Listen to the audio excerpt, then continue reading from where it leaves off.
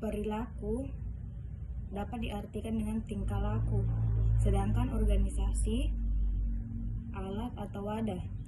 Jadi, perilaku organisasi adalah studi yang mempelajari bagaimana individu, kelompok, dan struktur organisasi memenuhi perilaku manusia di dalam organisasi, serta bagaimana perilaku tersebut berdampak pada kinerja organisasi secara keseluruhan. Konsep dasar karakteristik sistem terdiri dari yang pertama komponen, batas, lingkungan, dan penghubung. Sedangkan fungsinya yang pertama menambah pengetahuan, mengurangi ketidakpuasan, mengurangi risiko kegagalan, mengurangi keanekaragaman, dan memberi standar. Kontribusi. Sebenarnya apa yang dapat diberikan individu bagi organisasi?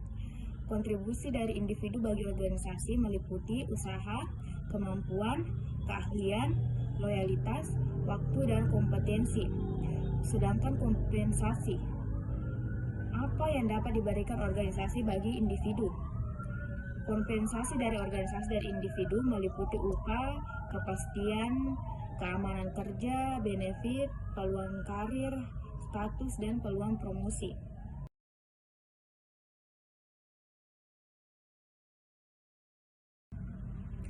Nilai merupakan gambaran yang menentukan mana yang penting dan mana yang tidak, apa yang bisa dan apa yang tidak bisa dilakukan, apa yang benar dan apa yang salah. Nilai merupakan dasar terdalam, acuan dan motor penggerak motivasi, sikap, dan tindakan. Nilai juga merupakan suatu tuntunan atau pedoman yang mendasari bagaimana seseorang atau sebuah organisasi berpikir, mengambil keputusan, bersikap, dan bertindak. Nilai juga merupakan suatu tuntutan atau pedoman yang mendasari bagaimana seseorang atau sebuah organisasi berpikir, mengambil keputusan, bersikap, dan bertindak.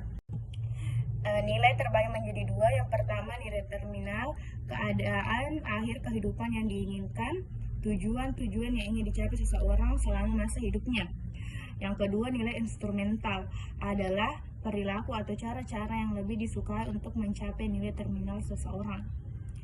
Contohnya bisa dilihat di PPT saya. Tentram, tentu kita ingin bahagia. Lulus ujian, tentu kita ingin segera bekerja. Setelah bekerja, kita ingin kawin. Setelah kawin, tentunya kita ingin punya anak.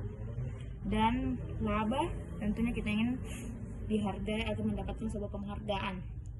Dan yang terakhir sembahyang, tentu saja kita ingin masuk surga.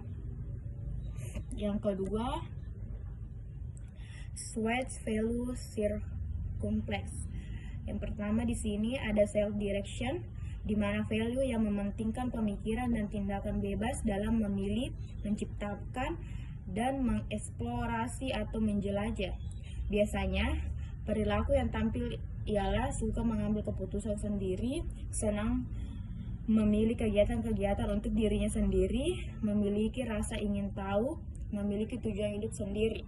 Yang kedua, conformity, yaitu value yang lebih menekankan pada pengendalian perilaku agar tidak mengganggu orang lain maupun melanggar harapan sosial orang atau norma agar interaksi sehari-hari dapat berlangsung dengan lancar dan harmonis. Yang ketiga adalah security, di mana value yang berarti individu akan lebih mengutamakan keamanan, keselarasan, dan kestabilan sosial, stabilisasi persahabatan, dan stabilisasi diri. Security value dapat muncul dalam perilaku menghindari dari perkelahian, menghindar dari rasa sakit, menghindari konflik, bertindak sesuai dengan aturan atau norma yang berlaku. Yang terakhir adalah universalin, yaitu value yang menekankan pada pengertian, penghargaan, toleransi, dan perlindungan demi kesejahteraan semua orang dan alam. Kegagalan untuk menerima orang lain yang berbeda dan kegagalan memperlakukan orang lain dengan adil akan menggerakkan pada terjadinya perselisihan.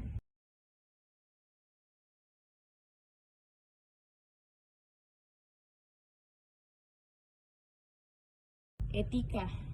Etika dari bahasa Yunani, yaitu ethos, yang artinya kebiasaan atau watak. Etika merujuk pada dua hal. Pertama, etika berkenalan dengan nilai-nilai yang dianut manusia olehnya merupakan cabang filsafat. Kedua, etika merupakan pokok permasalahan dalam nilai dan hukum yang mengatur tingkah laku manusia. Sedangkan moral dari bahasa Latin, yaitu mos, yang artinya cara hidup. Berbeda dengan moral yang artinya semangat atau dorongan. Moral dalam pengertiannya mengatur tingkah laku manusia. Penekanan kepada karakter dan sifat individu yang khusus di luar ketaatan kepada aturan, merujuk pada tingkah laku yang sifatnya spontan seperti kasih, kemurahan hati, kebesaran jiwa, keikhlasan, dan lain sebagainya yang semuanya tidak terdapat dalam peraturan hukum. Yang ketiga adalah sikap atau attitude. Sikap tidak dibawa sejak lahir, terbentuk karena adanya pengaruh dan peranan pembawaan dan lingkungan. 5 karakteristik sifat. Yang pertama, ada objek, di mana tidak ada sikap tanpa objek. Yang kedua, mengarah. Setiap objeknya pasti mengarah. Yang ketiga, berintensitas, sejumlahnya atau tinggi sikapnya. Yang keempat, berstruktur. Ada komponen yang terbentuk oleh sendirinya. Yang terakhir, dipelajari sikap cenderung stabil dan memperhatikan alasan logika. Teori kepribadian model 5 besar, Big Five Personality Griffin. Yang pertama, openness to express, artinya terbuka kepada hal-hal baru, di mana di sini tertarik kepada hal-hal baru dan keinginan untuk mempelajari sesuatu yang baru. Cenderung lebih kreatif, inovatif, intelektual, penasaran, dan lebih berpemikiran luas. Yang kedua, conscientious atau sifat berhati-hati, di mana di sini seseorang lebih cenderung berhati-hati dalam melakukan suatu tindakan ataupun penuh pertimbangan dalam mengambil sebuah keputusan. Memiliki disiplin yang tinggi dan dapat dipercaya.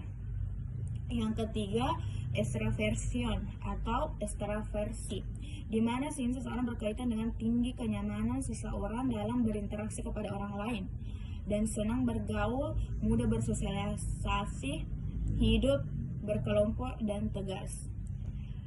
Yang keempat, ada agreeables atau mudah akur atau mudah bersepakat.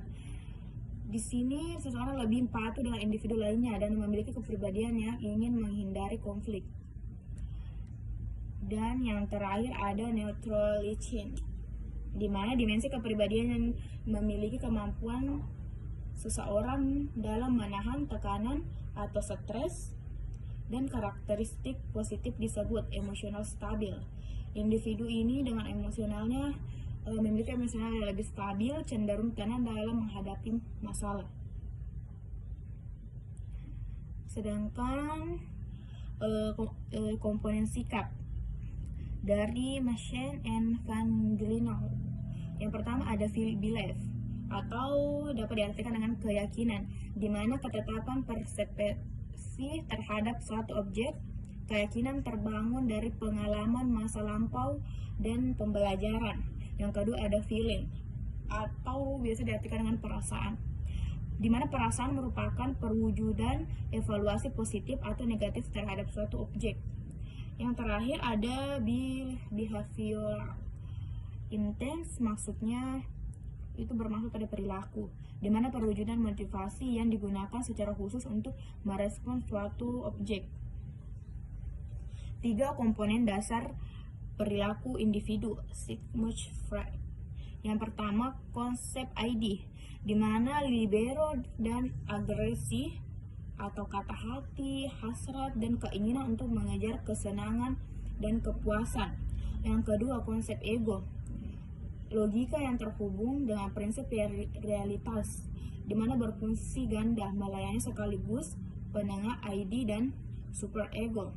Yang terakhir yaitu superego, di mana kekuatan moral seseorang yang bersumber seperti nilai, norma dan etika yang dapat mencegah kedua tadi, konsep ID dan konsep ego terjadi, karena seseorang mementingkan sumber-sumber yang tadi seperti nilai, norma, dan etika.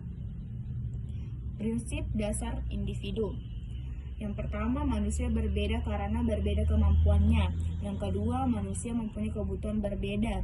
Yang ketiga, orang berpikir tentang masa depan dan membuat pilihan tentang bagaimana bertindak.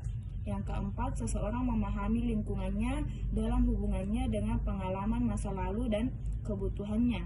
Yang terakhir, seseorang itu mempunyai reaksi-reaksi senang atau tidak senang.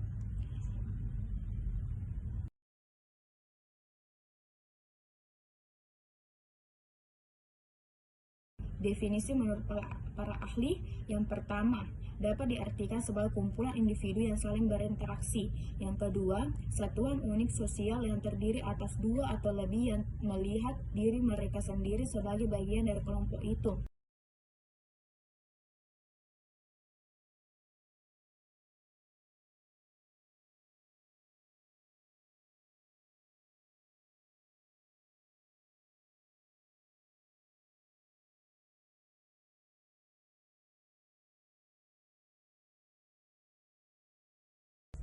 Baiklah, mungkin hanya itu yang sempat saya sampaikan. Bila ada kekurangan ataupun salah kata, saya meminta maaf. Wabillahi taufiq wal hidayah. Assalamualaikum warahmatullahi wabarakatuh.